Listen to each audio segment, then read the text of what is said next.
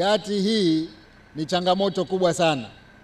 Hapa bado watu wanasubiri maji yatoke, yaingie ndio wafanye shughuli zao. Tunataka kurekebisha hali hiyo. Tutajenga gati hapa iwe muda wote unaingia na kutoka.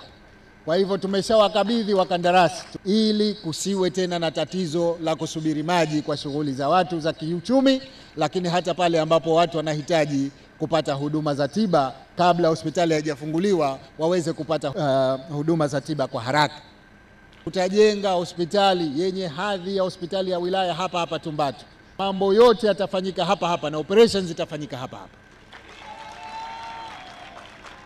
TCM oye! Ndugu zangu wa Tumbatu, hususan kina mama, lile swala sasa la watu kutaka kujifungua wakatafute boti ilipo waende upande wa pili, sasa tutamaliza hapa hapa. Watu watajifungua na hata wale wanaohitaji upasuaji utafanyika hapa hapa.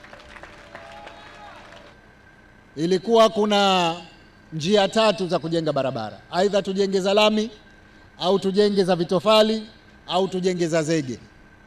Wakatuambia wataalam kwamba za lami zitakuwa tabu kwa sababu lami kuisafirisha kutoka kule mpaka hapa itakuwa imeshaganda. Kabaki njia mbili, aidha vitofali au zege.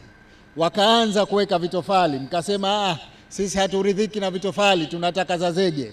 Tumeshamwambia mkandarasi, ameagiza vifaa vinakuja, tujenge barabara za zege. Kisiwa kizima hichi kitakuwa kina barabara za zege.